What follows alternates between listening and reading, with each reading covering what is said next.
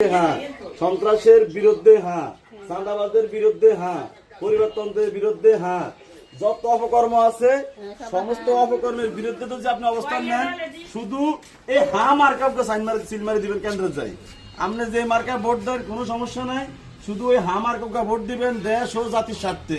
আমরা দেখছি ইতিপূর্বে কিছু চাঁদাবাজ সন্ত্রাসীরা দেখছেন না ভোটে প্রচারণা করে, তাদের কাইলে জিগাইবেন যে তুই যে না ভোট দিতি কস আমি না ভোট কিনলে দিতাম ক। আর হে চেহারা চাইবেন হে আগে হিংসে লঙ্গি অনিন্দে ফ্যান দিত আগে কামলা হে আই কয় না ভোট, কিন্তু হে কিনলে শুধু হ্যাঁ ভোট দিতে হবে। এবং যদি ওয়াজ মাহফিলে দেখবেন ইতিপূর্বে অনেকে বাধা দিতে আছে, এরা বেশিরভাগ একটা সময় দেখা গেছে এরা অন্যান্য দল সামসামি করতো, এখন ইদানিং বাধা দেয়।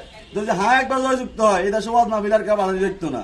তারপরে আপনার হিন্দুকে কোনো ধর্মের প্রতি কেউ আঘাত আনতে পারবো না, সবার স্বাধীনতা সবাই পাইবো, শুধু তো জি হ্যাঁ জয়যুক্ত হয়। এই জন্য আপনারা ওই সরকারি ভোট যেখানে দেন না কেন জাতীয় ভোট, শুধু এখানে ব্যাট ব্যবহার থাকবো, এখানে খালি হ্যাঁ ভোট মারবেন।